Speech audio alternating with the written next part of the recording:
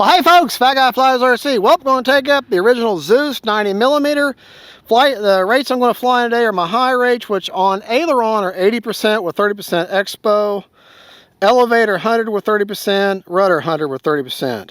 These ailerons are big. I mean, look how that's a big control surface, so you don't need 100% on them. Otherwise, she's just going to be too much of a drill bit on you. You got to remember, the bigger the control surface, the more speed, the more reaction the plane's going to have. So, especially if you got a plane, the whole thing, like the whole vertical stab moves, you don't need much movement to get a lot of reaction. So, all right. Okay, and my live burner clear coat. That's all I've done. Oh, and I did add a little bit of plastic to the front of where that pin comes in for the battery hatch, because the pin's kind of short and that hatch will easily come off. So I glued a little bit of plastic. That way the pin is long and it grabs more material and the hatch won't come off now. Okay, right, left, up, down, right, left. All right, get turned around here. Kind of windy, but that's okay too. Windy days mean heavy jets. Let me get behind camera precious here. Don't need flaps right now, I got enough of a wind. Might use them for landing, I don't know, probably not. All right, here we go.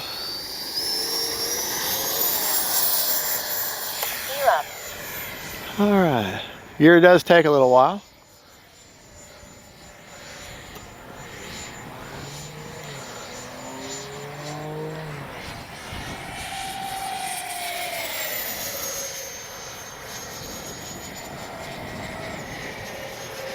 I'm up high. Time remaining 3 minutes. Because I got a lot of wind to deal with today. So I want to make sure.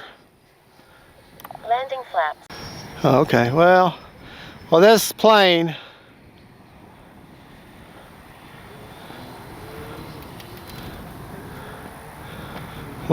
here, the coloration, the light blue,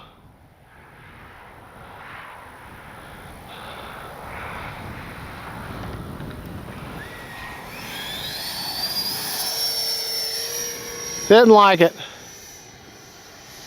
little too high for my approach. Let me get out here. Change my perspective just a little bit.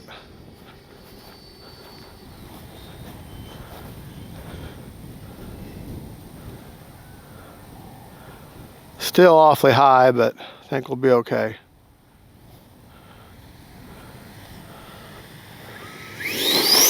There, touch and go. Yeah, well that tells me I am going to have to use flaps. She's got enough speed and enough weight. Landing flaps. All right. Not even a half throttle, quarter throttle now. 8 throttle. Okay. This, you land this like you do a Viper. Just a little slight bit of flare. That's too much flare, too much flare. That was too much flare. That's why it's such a lousy landing. Let's do that again. You want to bring this in kind of level and just a slight bit of flare on the nose right before you touch.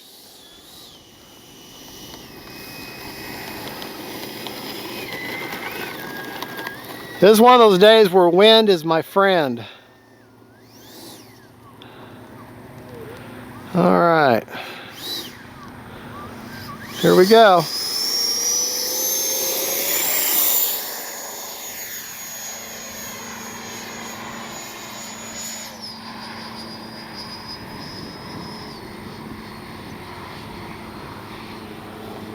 Landing flaps.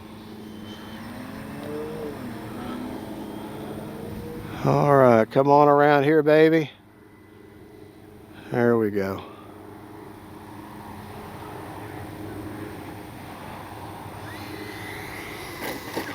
There we go. Braking. Brakes off. Now that's what I'm talking about. I had her a lot more, honey. I had her a lot more level that time, and then right before I touched, just kick that nose up just a little bit. Let those wheels kind of kiss the ground, and pull that wheel.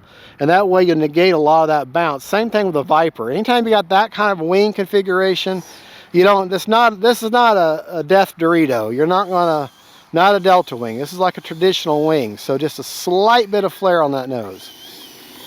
And the proof was in the pudding. We got a minute. Let's go ahead and do one more. Yeah, that wind has died enough. I might actually be able to take the Phantom up again. All right, here we go. 1 minute. Gonna leave everything down. Landing flaps. Well, hold on. All right. Landing flaps. Now, halfway down, that's where I like putting my flaps down. Halfway on my approach, start slowing my roll, down to about 1/4 throttle, lining up with that center line, keeping her level, Then a slight bit of flare.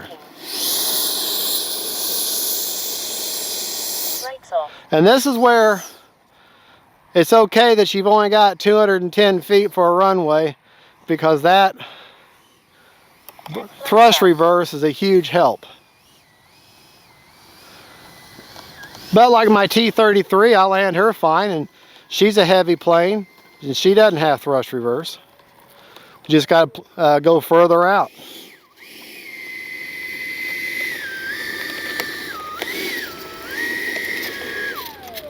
Prop secured. All right, we had 35 seconds left, but we're going to call that quits because I still want to take the Phantom up before we lose our light.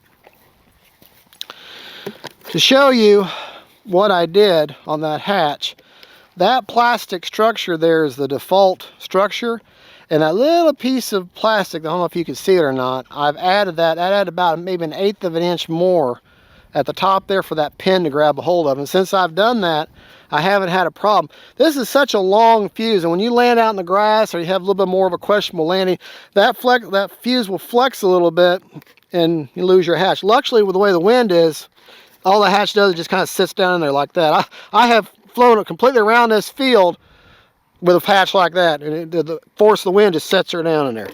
Now, the battery, 5,000, 6,000, 80,000, whatever you put in there, put it right up against that wood, that foam. That's where she CGs at perfect right there. Usually the general rule of thumb is the bigger the battery, the further back you go, but with this plane, the Phantom, the other ones, they like that battery right up front. So I don't know why, just the way it is. Okay. Unplug that beautiful KM model afterburner. Thank you, KM Models. That is a 5,000 HRB with a 60C discharge. Get that on Amazon. And see what happens. Now, I don't remember if this plane has plastic back there on the exhaust tube or not. Well, no. But the exhaust tube is plastic, so when it rocks back on that, it's on that plastic exhaust tube. Oh, I'm getting over this cold. 32%. So 32%.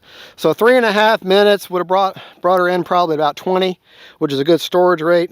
So there you go, folks. That is the FREEWING 90mm, the original Zeus. This is the 6S version.